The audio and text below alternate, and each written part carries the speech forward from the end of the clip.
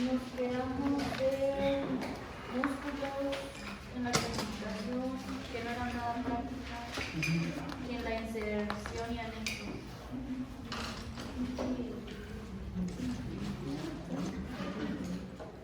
No, esos tenemos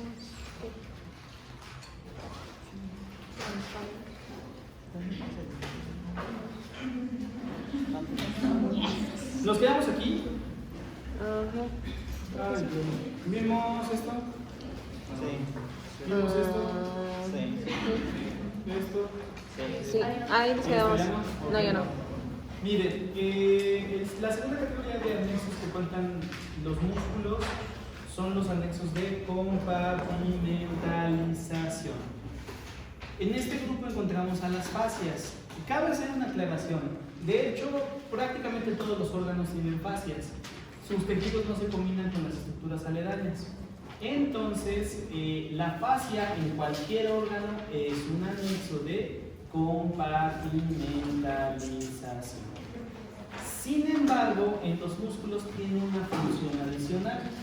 Para ejemplificar esto, yo creo que todos alguna vez en su vida han hecho han ido al gimnasio o a lo mejor en su casa hacen ejercicio. Y espero que todos alguna vez o usaron muñequeras para hacer ejercicio, o tobilleras, o a lo mejor faja.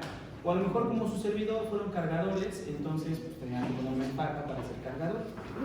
Si este experimento mental o esta afirmación es cierta, supongo que les pasó lo siguiente.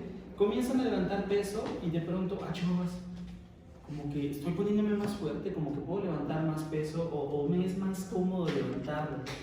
Y entonces momentáneamente sentimos como que estamos súper fuertes. Ya después, sin estar en el gimnasio, como que todo baja. Bueno, la cuestión es que comprimir alrededor de un músculo de hecho sí tiene un efecto. Hace más eficiente su contracción, ¿ok? Mejora la eficiencia contráctil. Si un músculo no tuviera fascia, el músculo llegaría a un punto donde su contracción lo haría vibrar como una cuerda de guitarra, entonces seguiría contrayendo, pero a pesar de la tensión de sus fibras musculares ya no ejercería una tracción, sino que sencillamente empezaría a vibrar.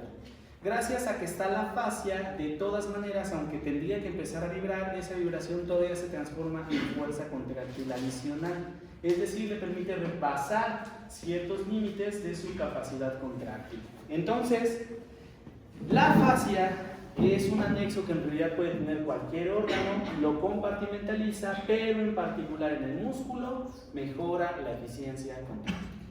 ¿Vamos bien hasta acá? Bueno, por otro lado, el último grupo son los anexos de inserción. Ahorita vamos a regresar hacia la diapositiva. Tenemos tres modos de inserción. El músculo se inserta de tres maneras. Directamente, es decir, la fibra muscular tal cual penetra en el tejido conectivo, ya sea piel, ya sea cartílago, ya sea hueso, inserción directa o inserción mediante anexos, directa o mediante anexos. Ahora, los anexos están sobre todo para modificar la forma en la que la fuerza muscular actúa. Imagínense que queremos derribar esa pared. Su mecha, ¿cómo lo vamos a derribar? Pues sí, a lo mejor si jalamos, además ni siquiera tenemos dónde jalar, pues nos cuesta trabajo. Pero suponemos que aquí ponemos unos taquetes, ponemos una argolla enorme y de esa argolla amarramos todos una cuerda. Todos tenemos un extremo de una cuerda diferente, de tal manera que todos podemos jalar al mismo tiempo esa argolla metida en la pared con taquetes.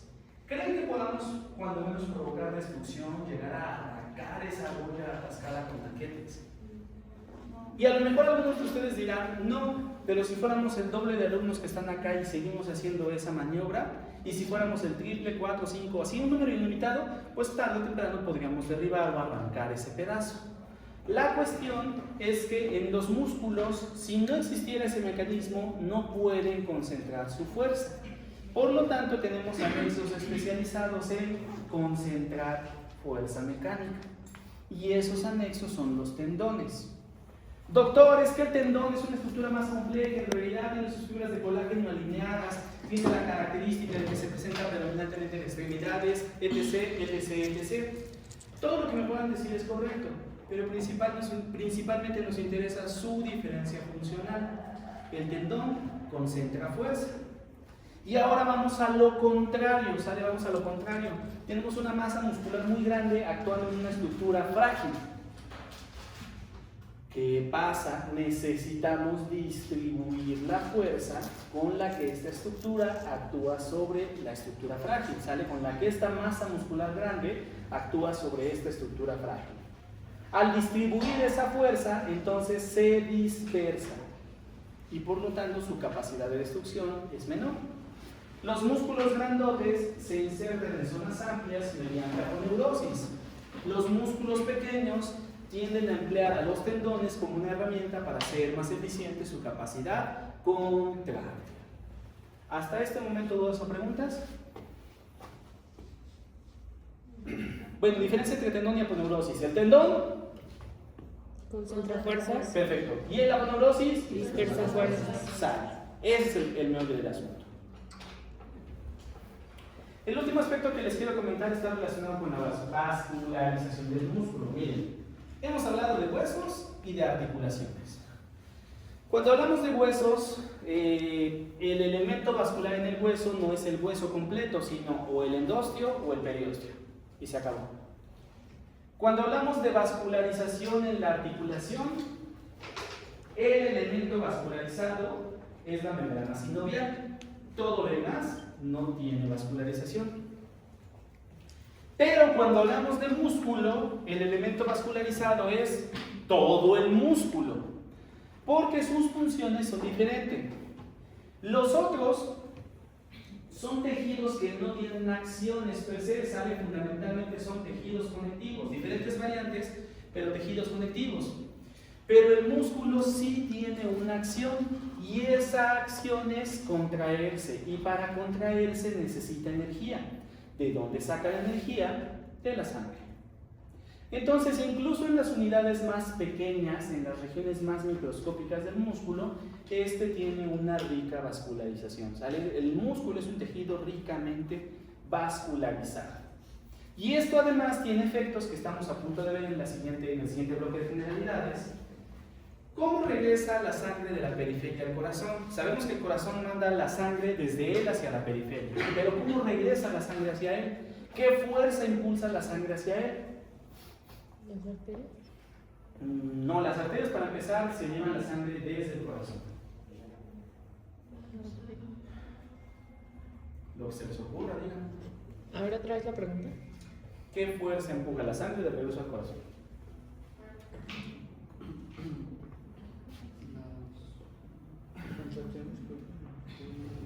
Las contracciones que sí, creo que está bien. Díganme. Contracción muscular. La contracción muscular, perfectamente bien contestado. Verán, la mayoría de las venas son unidireccionales. Las arterias, en teoría, la sangre podría viajar en las dos direcciones. Al final eso no pasa porque el corazón está bombeando en una sola dirección. Pero las venas son unidireccionales. Entonces, si tú aplastas esta vena, la sangre solo puede fluir en esta dirección. Entonces, la misma contracción de los músculos exprime a las venas, haciendo que la sangre retorne al corazón. ¿Vamos bien hasta acá? Entonces, incluso ese fenómeno al final es benéfico porque eso empuja la sangre de regreso al corazón. Bueno, vamos a dejar hasta aquí las generalidades del sistema muscular y nos dirigimos a las de sistema circulatorio. Hoy no le estoy clase al doctor Arturo. Sí. ¿A qué hora le clase Arturo? De 4 a 5, pero no las adelantó hoy de 3 a 4. ¿Y qué tenían de 3 a 4? Nada. Está bien. Lo de hoy fue excepcional porque generalmente no puedo adelantar la clase, nada más que el otro grupo no tuvo la clase anterior y por eso les puedo adelantar a ustedes también. Bueno, media hora, pero les puedo adelantar la clase. ¿Vamos bien hasta acá? Sí. Bueno, aclaraciones importantes antes de empezar. No es aparato cardiovascular, el término aparato no se debe de utilizar. Los conjuntos de órganos con funciones u objetivos unificados se llaman sistemas. Es válido decir sistema cardiovascular, aunque se considera todavía mejor sistema circulatorio, ¿sale? Se considera todavía mejor sistema circulatorio. Ahorita vamos a ver por qué, pero lo primero que vamos a comentar es que el sistema circulatorio está compuesto de las arterias, las venas, los capilares y el corazón, siendo el corazón el órgano más importante o la estructura más importante dentro de este sistema. Entonces, corazón es un tema que vamos a ver específicamente más adelante, o sea, forma parte de nuestro temario, pero como generalidades, pues primero es el órgano que se encarga de empujar a la sangre hacia el resto del cuerpo, ¿sale? Es una bomba que impele o impulsa la sangre al resto del cuerpo. De manera poética les digo que el corazón es el órgano del amor porque todo lo que recibe lo da. Qué bonito, ¿no? Bueno, aclaración de términos. Miren, no espero tener controversias con ustedes, pero el término adecuado para las cavidades del corazón que reciben sangre es atrio. No es aurícula, ¿sale? Donde en un examen me pongan aurícula, les anulo el examen y les pongo 0, ¿sale? Donde les pregunto, oye, ¿qué vimos ayer? Hablamos de las aurículas, 0, ¿sale? ¿Pero o sea, por qué, profe? está prohibida. Bueno, la primera cuestión es que el cuestionamiento no debería de ser por qué sí, sino por qué no. Verán, desde 1543 en el que vean el Humanis Corporis Fabrica se llaman atrios. Toda la literatura en inglés le dice atrios, la literatura en latín le dice atrios. Desafortunadamente, y ahorita que avancemos, les voy a dar varios ejemplos de cómo el español técnico médico se habla con las patas, ¿sale? ¿Vamos bien hasta acá? Pero la pregunta no es ¿por qué el término es correcto es atrio? Sino ¿por qué nosotros en español le decimos aurícula? No tiene lógica. ¿Vamos bien hasta acá? Los atrios, que son las cavidades especializadas en recibir sangre, tienen unas cavidades secundarias, unas expansiones. Esas expansiones tienen forma de orejita, se les llama orejuelas. Miren, en español le suelen decir auriculilla. Sin embargo, para evitar confusiones le llamaremos orejuela. ¿Ya empezaron a leer las etimologías que les mandé? Excelente, muy bien, las están leyendo. Va. Entonces, díganme qué significa el sufijo ulo, ula. Aquí está. A ti te preguntó tu nombre el otro día, ¿no? Nadia. No, Nadia. La persona te digo Nadia. Pero tú eres Nadia. Va. ¿Cómo te llamas? Jimena. Jimena, ok. A Jimena en español le queremos decir Jimena chiquita. ¿Cómo le decimos? Jimenita. Jimenita, perfecto. Pero en latín, ¿cómo le diríamos? Jiménula. Jiménula. ¿Va? ¿Vamos bien hasta acá? Ok. Ahora, este es un término correcto, entonces, ¿qué significa orejuela? Ya sé que dice ela, no ula, pero es para que fonéticamente suene mejor, ¿ok? Orejula, si así lo quieren. Orejula, ¿qué significa? Orejita, exactamente, ¿sale? Lo que ocurre es que el término en latín, ¿sale? Que es orejita, al traducirlo al español lo tradujeron como auriculilla. Para empezar, ya esto es una adaptación catastrófica. Oye, pero si le estamos poniendo el sufijo illo en español, es otra forma de decir chiquito. Entonces, si estamos diciendo que esto es una auriculilla, debería de haber una estructura más grandota, que sea la auriculota. O sea, estoy exagerando, estoy haciendo una reducción al ridículo, pero para que se enfatice más el error que se está cometiendo. Entonces, bueno, esta auriculilla debe de haber una estructura principal, grandota, y le llamaron aurícula, pero esta madre, esta cosa, no tiene forma de oreja. No tiene, esta cavidad no tiene nada que ver con una oreja. Sencillamente hicieron como partieron de lo particular a lo general sin ninguna lógica, ¿sale? Sin ninguna coherencia en el argumento. Pero son de esos errores que se perpetúan y se repiten una y otra vez. ¿Vamos bien hasta acá? Les voy a poner otro ejemplo. No espero tener un conflicto con Arturo, pero, por ejemplo, ¿cómo se llaman? El conjunto de huesos de las extremidades, ¿cómo se llama? Bueno, el esqueleto se divide en pues yo se los dije, de hecho, axial y apendicular, ¿no? Y el esqueleto apendicular, ¿cómo se divide? Sea superior o inferior, ¿cómo se divide? Una parte fija y una parte libre. La parte fija, ¿cómo se llama? La de la extremidad superior. Ya la vieron, es clavícula y escápula. ¿Cómo se llama el conjunto de clavícula y escápula? Cintura escapular. Bueno, cintura escapular ya no es correcto, es cintura pectoral. No me lo pregunten a mí, véanlo en el Gray, véanlo en el Latarjet, véanlo en el Moore. Sale que son los libros actualizados. Cintura pectoral. Sí, cingulum pectorale. Repito, no es el doctor Alfonso diciéndolo. Búsquenlo en los libros, en esos 3 libros que son los más actualizados. Bueno, avanzamos, ¿sale? Pero durante esto vamos a tener un montón de conflictos con los términos. ¿Vamos bien hasta acá? Va. Entonces, el corazón tiene 4 grandes cavidades, 2 atrios con sus expansiones que se llaman orejuelas, y las otras 2 cavidades son los vientres chiquitos, ventrículos. ¿Sale? ¿Vamos bien hasta acá? Bueno. A continuación tenemos un esquema del interior del corazón donde se ven las 4 cavidades, los 2 atrios y los 2 ventrículos. También nótese, esto puede parecer insignificante, pero el atrio derecho se comunica con el ventrículo derecho, pero no con el otro lado. El ventrículo izquierdo se comunica con el atrio izquierdo se comunica con el ventrículo izquierdo, pero no con el otro lado. Esto tiene un color azul, esto tiene un color rojo. No es una casualidad, la sangre presente aquí tiene una coloración violácea.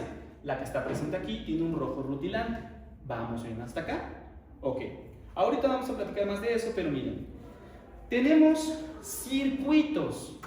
La palabra circuito, circulación y círculo tiene la misma raíz y hacen referencia, circuito hace referencia a una serie de elementos que si los vas recorriendo terminas en el mismo lugar.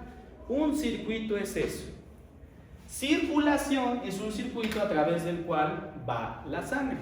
¿Sale? Circulación. Va un líquido para hacerse. Comenzamos en corazón. ¿Sale? Somos más específicos. Comenzamos en corazón, ventrículo izquierdo. ¿Sale? Ventrículo izquierdo. Estamos comenzando acá. ¿Estamos de acuerdo hasta acá? Sale. Aquí estamos empezando. Del ventrículo izquierdo sale una arteria que es la más grande del cuerpo humano, que se llama aorta. ¿Todo bien? Bueno. Todas las arterias tienen esta propiedad. Pueden ramificarse y de hecho lo hacen. Todas. Está la arteria y da 2 hijitas. Todas las arterias se ramifican, entonces todas las arterias tienen ramas arteriales. ¿Cómo se llaman? Ya veremos puntualmente, pero todas en general tienen ramas arteriales. Y esas ramas arteriales tienen más ramas arteriales. Y esas ramas arteriales tienen más ramas y más ramas arteriales. ¿Vamos bien hasta acá? Bueno. Otra de las cuestiones, otra de las características de las ramas arteriales es que la arteria principal es grandota. Por hacer un ejemplo, mi brazo es la arteria principal y mis dedos son las ramas arteriales. Mis dedos son más chiquitos que mi brazo. ¿Vamos bien hasta acá? Vean un árbol, el tronco es grandote y las ramas van siendo delgadas progresivamente. Bueno, entonces se van haciendo más chicas y más chicas y más chicas y más chicas, hasta que son arteriecitas. Pero doctor, hable en latín para que suene elegante. Arteriolas. Oiga, suena feo. Arteriola. ¿Va? Bueno. Las arteriolas siguen ramificándose. Pero llegan a un punto en el que se ramifican tanto que sus capas desaparecen hasta que solo le queda una célula de grosor. Las capas que componen a esos vasos sanguíneos solamente tienen una célula de grosor. Y de hecho, dicen los libros que esos vasos son tan delgados como un cabello. Spoilers, son más delgados. Y se les llama capilares. ¿Sale? O que son como un cabello. ¿Vamos bien hasta acá? Bueno. El capilar tiene unas paredes tan delgadas, pero tan delgadas, que ahí se puede producir el intercambio de cosas. ¿Cuáles son los principales, los más comunes estados de agregación de la materia? Sólido, líquido. Sólido, líquido y gaseoso, ¿sale? ¿Qué se intercambia en el capilar? Gas. No, sólido, líquido y gaseoso. ¿Qué líquido se intercambia ahí? Oxígeno, entra dióxido de No, carbono. ¿qué líquido? O sea, sí sale el líquido de la sangre, pero ¿cómo se llama ese líquido? La respuesta más simple que se puedan imaginar. Agua, sale agua, perfecto, sale agua, entra agua, sale agua, entra agua, aunque no lo crean. Vamos bien hasta aquí. Salen gases. ¿Cuáles? Oxígeno y dióxido de carbono. Y No, pausa. Sale oxígeno del capilar y entra dióxido de carbono al capilar. ¿Sale? Esto puede parecer una simpleza, pero es muy importante enfatizar. ¿Ok? Vamos bien hasta acá. Sale oxígeno, entra principalmente CO2. Otros gases, claro, nitrógeno, etcétera, pero estos son los principales. A los sólidos, pues no les decimos sólidos, como les decimos, nutrientes, salen nutrientes del capilar, salen vitaminas, etcétera, y entran detritus, restos del metabolismo celular, urea, el mismo CO2, etcétera. ¿Hasta acá vamos bien? Bueno, los capilares ahora comienzan a converger. Un capilar chiquito se junta con otro capilar chiquito y forman un capilar más grande. Y así siguen convergiendo formando capilares más grandes hasta que comienzan a aparecer vasos que ya no tienen solo una capa de grosor, sino que empiezan a tener 3 capas de grosor, muy parecido a las arterias. Pero estos nuevos vasos se llaman venitas. ¿Sale? Venitas. En latín, vénula. ¿Vamos bien hasta acá? Las venitas se juntan y ahora forman venas. Casi siempre las venas convergen en una de las venas cavas, desembocan en una vena cava. Y finalmente las cavas superior e inferior desembocan en el corazón. Empezamos en el corazón y terminamos en el corazón. Completamos el circuito, pero este tiene truco.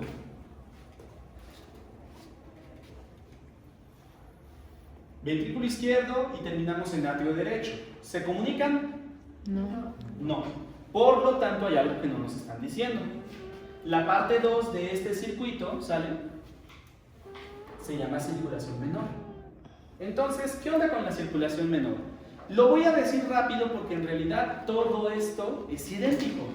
Comenzamos en un ventrículo que es el ventrículo derecho. Sale una arteriosota que es la pulmonar. La pulmonar emite ramas arteriales. Las ramas arteriales progresivamente se hacen más chicas hasta llegar a arteriolas. Las arteriolas progresivamente se hacen más chicas hasta llegar a capilares. Y aquí se intercambian gases alrededor de los alveolos pulmonares. Pero ahora, ¿qué pasa con el oxígeno y qué pasa con el CO2? ¿El oxígeno entra al capilar o sale del capilar? Sale. El oxígeno entra. El oxígeno entra al capilar y el dióxido de carbono sale del capilar. ¿Vamos bien hasta acá? Bueno. Los capilares convergen y forman vénulas, las vénulas convergen y forman venas, las venas convergen y forman algunas de las pulmonares y las pulmonares convergen, las pulmonares desembocan en el atrio izquierdo. La verdad es que de hecho si lo concebimos, en realidad son como un enorme circuito. Para su estudio, por sus patrones, pues los dividimos como circulación mayor o sistémica y circulación menor o pulmonar. Pero en realidad es un enorme circuito. Uno necesita el otro y el otro, bueno, el otro no necesita el uno, pero es parte de uno. ¿Vamos bien hasta acá? Sí.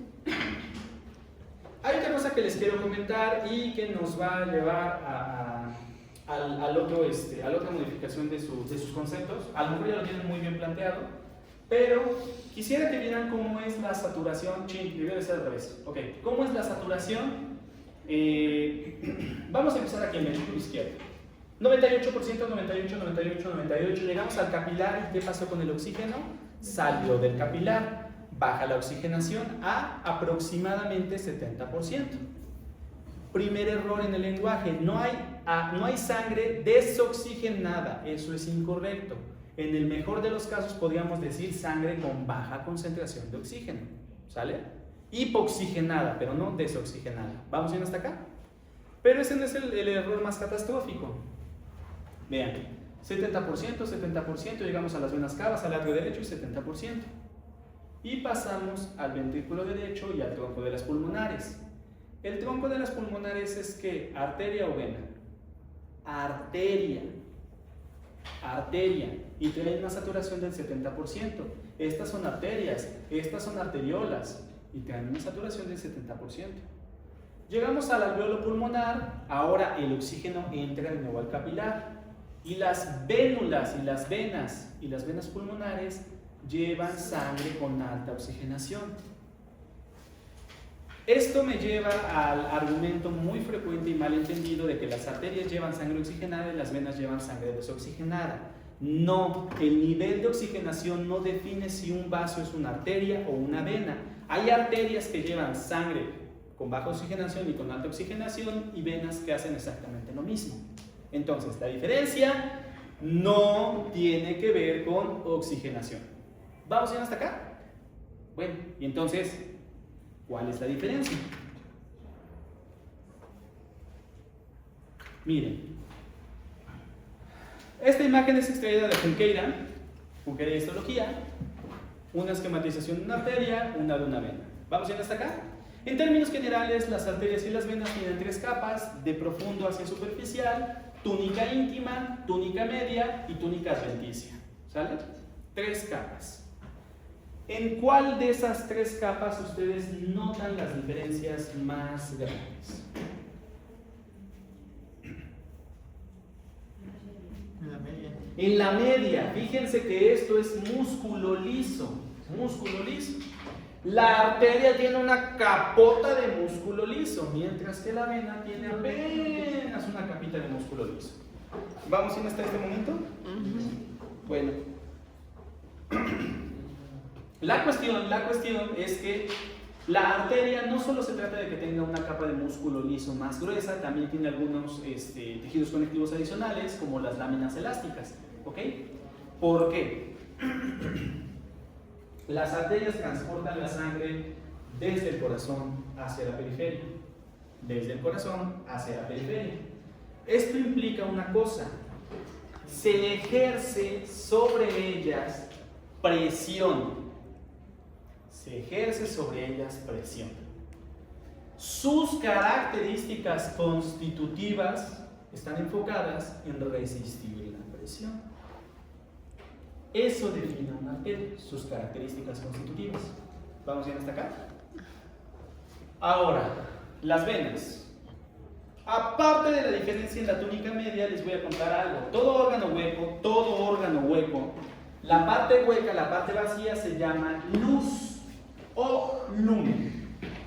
Si es tripa, donde pasa el contenido alimenticio, se llama luz o lumen. Si es arteria, donde pasa la sangre, se llama luz o lumen. ¿Vamos bien hasta acá? ¿Qué diferencia observan entre arterias y venas?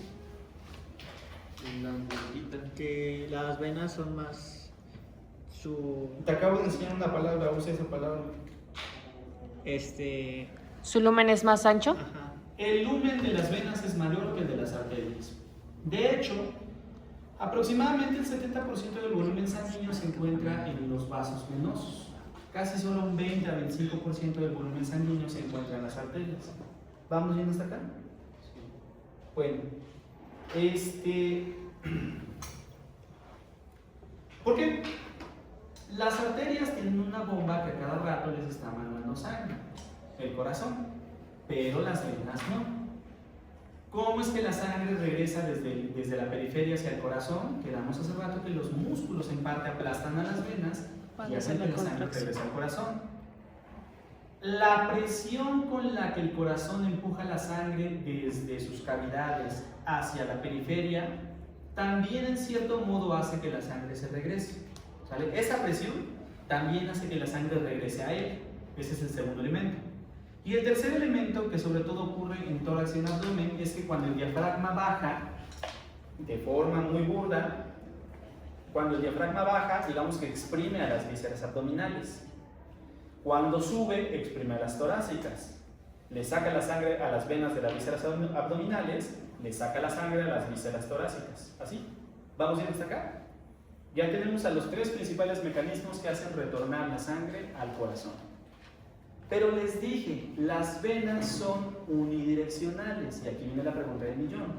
¿Cómo le hacen para ser unidireccionales? Porque en esencia la sangre puede ir para arriba y luego para abajo. ¿Qué estructura tienen las venas? En sus paredes que impiden el reflujo. Las válvulas, ¿no? Bueno, aquí viene la siguiente cuestión. Les dije, les voy a demostrar cómo en español hablamos con las patas la medicina técnica o el lenguaje médico técnico. En inglés y en latín, valvas o valves es la estructura principal. ¿Vamos bien hasta acá? A la parte, como le dirían, sabiendo que el sufijo ulo es diminutivo. Estructura principal, valva en latín o en inglés. La estructura subordinada, sabiendo que uno es chiquito, como le dirían. Y eso aplica en latín y en inglés. Pues no, en español nos vale madre y entonces le decimos a la estructura principal válvula y a las partes les decimos valvas. ¿Vamos viendo hasta acá? Y esto todavía no es lo más grave, vamos a llegar al óvulo y nos vamos a dar cuenta de que eso genera muertes, ¿sale? Pero ya lo hablamos más adelante. Entonces, en inglés y en latín, la estructura principal es valva o valves, y la estructura subordinada es valvulus o valvuli, ¿sale? En español es inverso. Bueno, entonces nos guiamos por el latín, ¿verdad? La solución a medias que se aplica en español, lo que aplicamos los que somos conscientes de este error, es que a la estructura principal le decimos válvula y a las partes les decimos cúspides. ¿Sale? Cuando menos no hay tanta confusión. ¿Va? ¿Vamos bien hasta acá? Bueno, estas válvulas, por su forma, a menudo les dicen válvulas en bolsillo de camisa. Entonces, cuando la sangre va de abajo hacia arriba, ¿qué pasa con este bolsillo? Se aplasta. Y la sangre pasa como Pedro por su casa. Cuando la sangre retorna desde la parte de arriba hacia abajo, este bolsillo paulatinamente se va llenando, hasta que al llenarse por completo obstruye la luz de la vena, impidiendo parcial o totalmente el retorno venoso. ¿Vamos bien hasta acá? Y fíjense, nomás teniendo esos bolsillos de camisa ahí, impedimos que la sangre vaya en dirección contraria y no gastamos energía. Excelente servicio, 10 estrellas, ¿no? ¿Vamos bien hasta acá? No son infalibles. Aumentos en la presión, sobrecarga de flujo, etcétera, pueden hacer que fallen, pero en general funciona. ¿Dudas hasta el momento? ¿Preguntas hasta el momento? Ok. Arteria, 3 capas. De profunda superficial, íntima, media y adventicia. Íntima, media y adventicia. Pura íntima. Capilar, el muro es una simple capa de células. ¿Sale? ¿Vamos bien hasta acá? ¿Chicheñón? Sale. Bueno, les decía al comienzo de todo este módulo que se prefiere el término sistema circulatorio que sistema cardiovascular. Verán, hay un componente que no está directamente vinculado con el corazón. ¿Se acuerdan que hace rato me dijeron el capilar intercambia gases? Y les dije no. También es importante decir que intercambia sólidos o solutos disueltos ahí, que son los nutrientes y los detritus, y aparte, ¿qué otra cosa intercambia? Lo dijeron con una palabra bien simple, ¿qué otra cosa intercambia? Agua. Agua, sal. Bueno, la cantidad de agua que sale del capilar es mayor que la que regresa. ¿Vamos a ir hasta acá? Arteria, arteriola, capilares, y los capilares están sacando líquido al espacio intersticial, y sacan líquido, y sacan líquido, y sacan líquido. Recuperan parte de él, pero no todo. Si lo pensamos, esto haría que a largo plazo nosotros estuviéramos todos hinchados, ¿no? Estaríamos gordos, pero de acumulación de líquidos, no como yo que estoy de grasa, pero bueno. El asunto en esto es que de alguna manera nuestro organismo está recuperando ese excedente de líquido que el capilar no recuperó.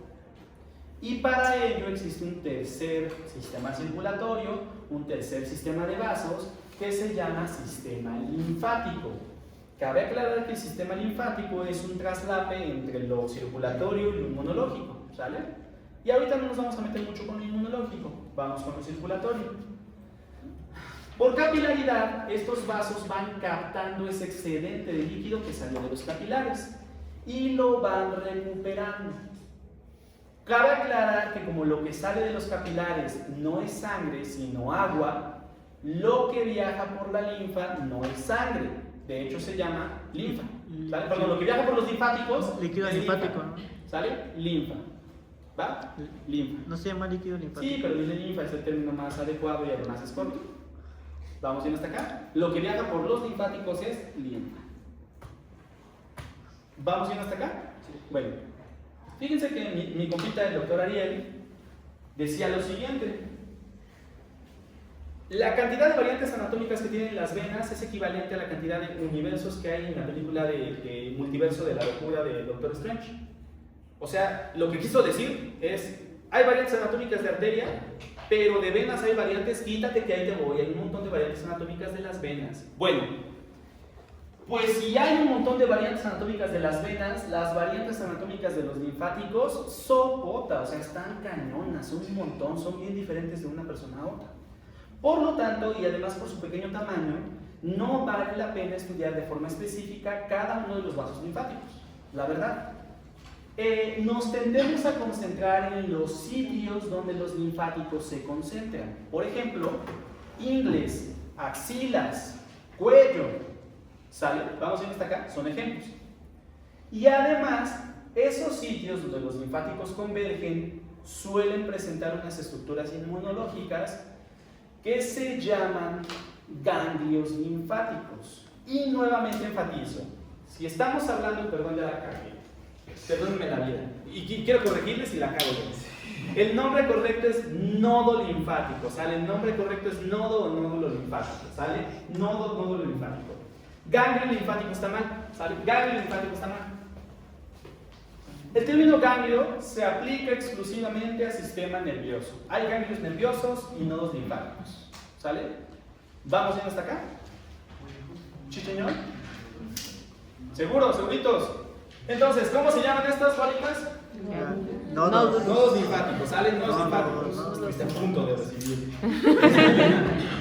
Bueno, ¿vamos bien hasta acá? Profe, ¿solamente cuando se inflaman es porque hay enfermedad o nada más? ¿O Bueno, tienen las ciertos? estructuras del sistema inmunológico pueden tener diferentes tipos de respuesta. Por ejemplo, en el cáncer simplemente se ponen duros y como que se pegan. Cuando hay una respuesta inflamatoria aguda, entonces sí se ponen grandes y además son dolorosos. Sobre todo un niño se da un resfriado y le toca sacar unas bolotas y dolorosas, ¿ok? Pero depende del tipo de patología. Vamos a decirlo así. ¿Vamos bien hasta acá? Sale. ¿Dijo nodos? Sí. Y esto lo repito para que quede bien claro. El linfático son nodos o nódulos. El linfático son nodos o nódulos. Ganglio es incorrecto. ¿Sale? Profe, entonces desde una primera palpación puedes saber si es alguna inflamación por enfermedad o alguna relación con cáncer.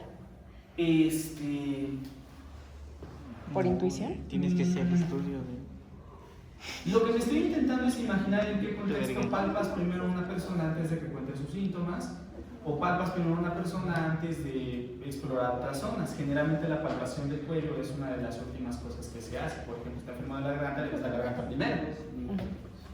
Pero bueno, en personas con cáncer, por regresando al ejemplo, un nodo duro y pegado puede ser el primer signo. Eso es cierto, lo van a ver en oncología y a lo mejor el paciente no tiene síntomas. Va a un chequeo normal, le tocas el cuello y dices achis, dos mariachis. O a veces incluso el paciente llega y te dice, oiga doctor, tengo aquí una bolita que no me duele, pero está dura y no se mueve. ¡Ah, cabrón, aguántate! Cáncer de estómago. ¿Okay? ¿Vamos bien hasta el momento? Sí. Ya saben que antes era San Google, llega el paciente, tengo cáncer de pulmón, doctor. Ahora es ChatGPT. Tengo cáncer de estómago. Bueno, ¿vamos bien hasta acá? Solo hay realmente dos vasos linfáticos que por su calibre y por sus relaciones anatómicas se mencionan. Hasta eso, ni siquiera es como que, uy, vamos a estudiar esos vasos linfáticos. La porción con color verde chorrillo de bebé es drenada hacia el sistema del conducto linfático derecho. ¿Ok? Cabeza, cuello, tórax y extremidad superior derechos hacia el conducto linfático derecho. La porción con color verde chocoretas es drenada hacia el conducto torácico, sale que es todo el resto del cuerpo. De hecho, en este esquema, perdón, me voy a acercar tantito. Esto que se ve aquí es el conducto linfático derecho. Está grandecillo, no gran cosa, pero está grandecillo. Este de acá es el conducto torácico, ¿sale? Ya lo veremos con más detalle cuando lleguemos a aorta. ¿Vamos bien? Va. Bueno.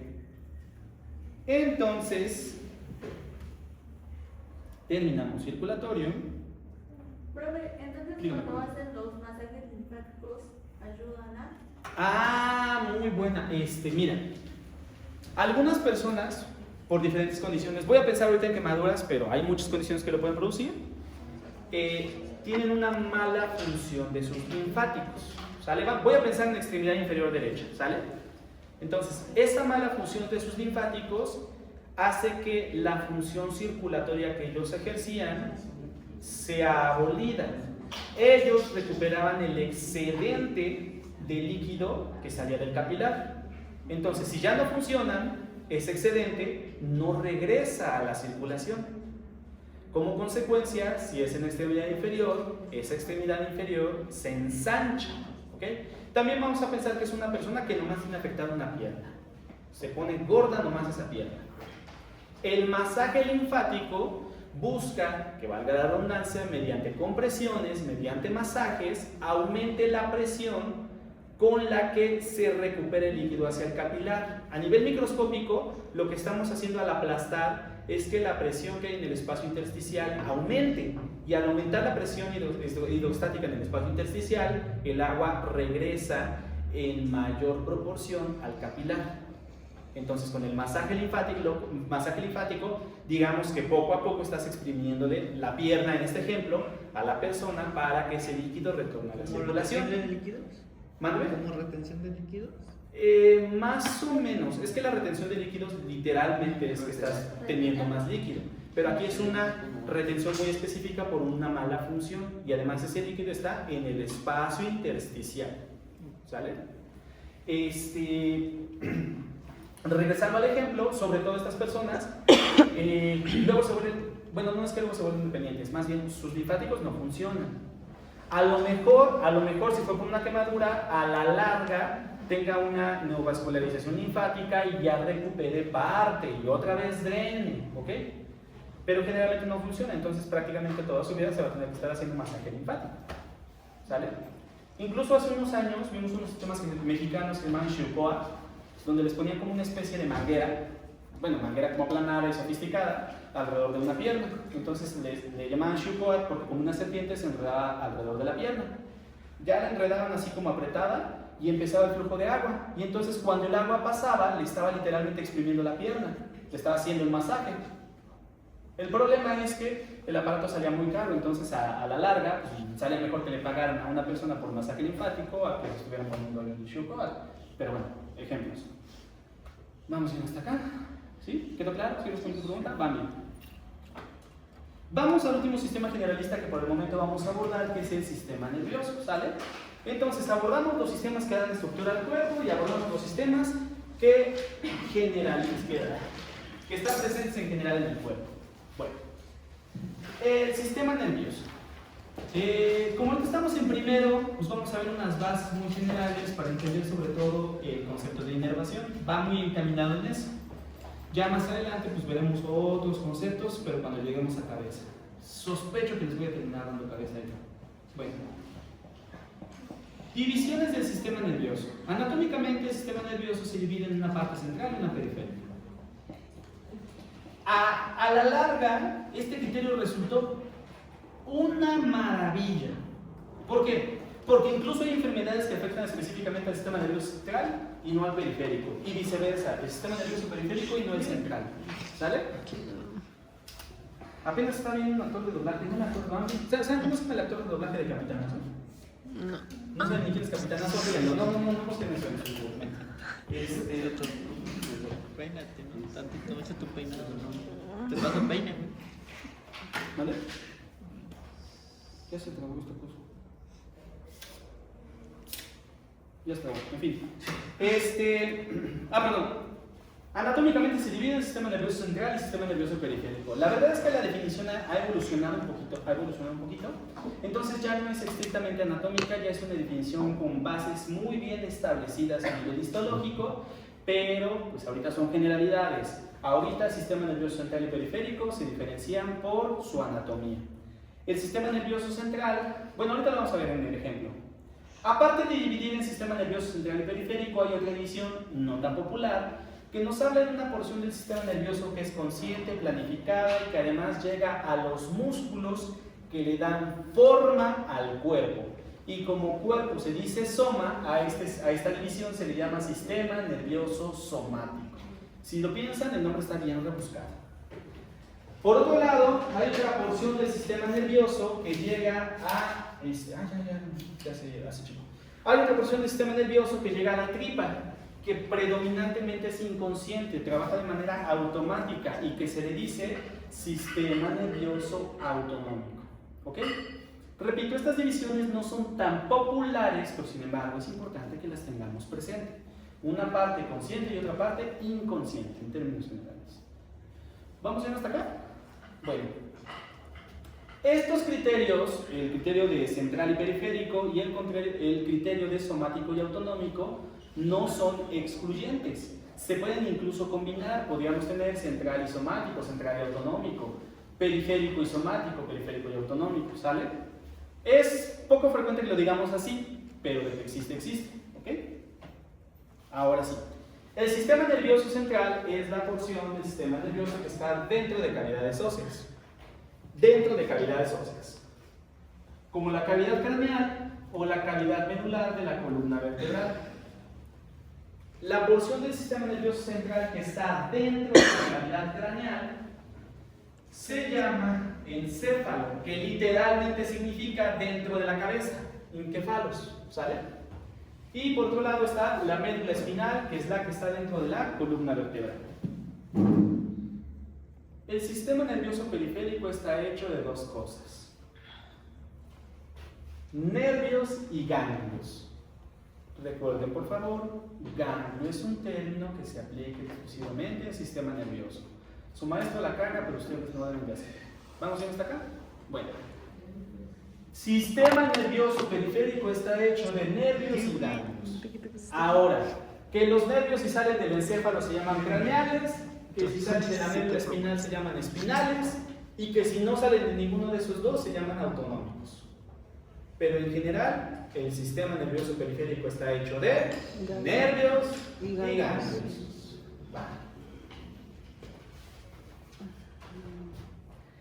De la división esta impopular que les mencioné, permítanme tantito, tenemos al sistema nervioso somático y al sistema nervioso autonómico. Bueno, el sistema nervioso somático ahorita no lo vamos a abordar porque en realidad tiene aspectos bastante complejos, muy bonitos, pero bastante complejos. Entonces, lo que sí vamos a abordar son las divisiones del sistema nervioso autonómico. Estoy seguro que ustedes las conocen, ya las han escuchado. Se llama sistema nervioso simpático y sistema nervioso parasimpático. Bueno, fíjense que el sistema nervioso simpático casi siempre le comento a los alumnos que para que relacionen las respuestas corporales mediadas por el sistema nervioso simpático, pues piensen en el simpático de sus vidas, o simpática. Les ponía de ejemplo a Henry Cavill y sin camisa, pero hubo una chica que me dijo: no, a mí me gustan las Blackpink. Bueno, las Blackpink, al que les guste, sus simpáticos, a lo simpática, piénsenlo, evóquenlo aquí. Ok, no me digan, evóquenlo nada más. Entonces, imagínense que de pronto termina esta clase, van saliendo y van bajando las escaleras, y entonces viene subiendo su simpático. Yo diré Henry Cavill, ¿no? ¡Ay, qué emoción!, ¿no? Entonces, ¿qué pasa con su corazón? ¿Qué pasa con su respiración? ¿Qué pasa con su vascularización a nivel de la altura de las mejillas? Aumenta, se sonrojan, se vasodilata. ¿Qué pasa con su pupila? ¿Sale?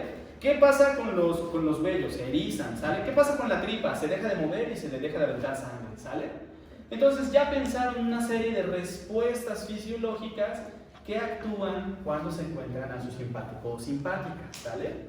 No, y peor tantito, de repente saca un ramo de rosas de su espalda, ¿no? O algo que a ustedes les guste, que les emocione, ¿no? También esa vez de las Blackpink, dijo: no, es que saca un disco de los BTS. Bueno, lo que tú quieras, ya, imagínate lo que tú quieras, ¿sale? Bueno, ok. Sistema nervioso simpático, ya un poquito más formal, actúa para preservar la vida ante la confrontación o la huida. En inglés hay una frase que lo describe, una frase que lo resume: te prepara para fight or flight, o sea, para pelear o volar. Y yo no había encontrado una forma de decirlo en español así. Me gusta mucho esto de fight or flight, hasta que el otro día estaba hablando con unos alumnos y se me ocurrió decirles pelearnos o pelarnos. Me gustó un montón, ¿sale? Entonces ahora en español de fight or flight es pelearnos o pelarnos, ¿sale? O sea, te confrontas o huyes. ¿Vamos bien hasta acá? Esta definición tiene un detalle en el que no quisiera profundizar mucho en este momento, pero no siempre la confrontación es de conflicto, ¿sale? Son momentos que requieren, digamos, que eres tu máximo, ¿ok? Algunos incluso tienen otra naturaleza no tan conflictiva. Luego les explico ya. Me voy a meter en algo controversial. Bueno, el parasimpático. Henry Cavill, ahora, ¿quiénes son foráneos acá? A ver, cuéntame. Alcen la mano, sí, tal. O bueno, mejor bájenla. ¿Quiénes no son foráneos de acá? ¿Quiénes no son foráneos?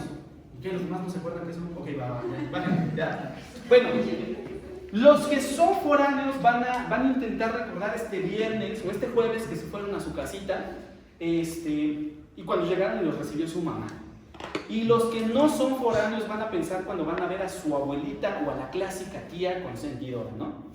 Entonces van atravesando el umbral de la puerta y entonces los reciben. ¡Ay, mi hijito, qué gusto de verte, mi hijo, mi orgullo!, ¿no? Y entonces los abrazan y los dicen, vete, siéntate, mira, te estás bien flaco. Y ustedes todos timorosos, pero estás bien flaco, porque siempre nos ven flacos. Somos siempre el bebé y siempre el flacucho, ¿no? El pollito flacucho, bueno. Entonces lo sientan y tienen un pollito y lo sirven un guajolote, así de acompado, ¿no? Terminan en María Alcalina de haberse comido semejante pedazo de animal. Vete, siéntate a ver el Netflix, ¿no? El Netflix. Bueno, Disney Plus. No, el Crunchyroll, ¿no? Bueno, como sea.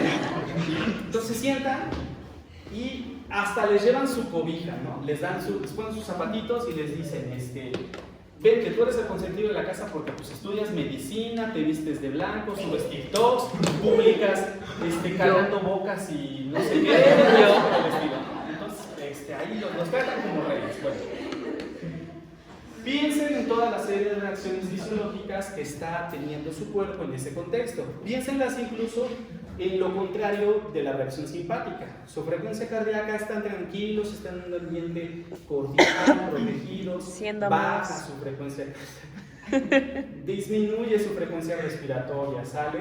La vascularización periférica disminuye, dándole prioridad a la vascularización del tubo digestivo. ¿Se acuerdan de tragarse un pollo? Su peristalsis está todo lo que puede. La secreción de jugo gástrico, los mecanismos protectores de la mucosa gástrica. Que por cierto, fíjense que cuando actúa el simpático, aumenta la secreción de ácido gástrico y disminuyen los mecanismos protectores. ¿Y qué decimos? Ay, es que siento mariposa. No, baboso, lo que tienes es gastritis. Entonces, bueno, y cuando es el parasimpático, pues ahí no, ahí es menos secreción gástrica y más mecanismos protectores. Bueno, entonces el parasimpático es una división que actúa para preservar la vida, pero facilita los mecanismos de restauración. Ambos son necesarios. De hecho, el adecuado equilibrio entre estos dos es lo que nos mantiene vivos cada día. ¿Vamos bien hasta acá? Bueno. En cuanto a las funciones, no, ¿saben que ya son 5:30? Ya está acá, ¿sale? Nos vemos mañana.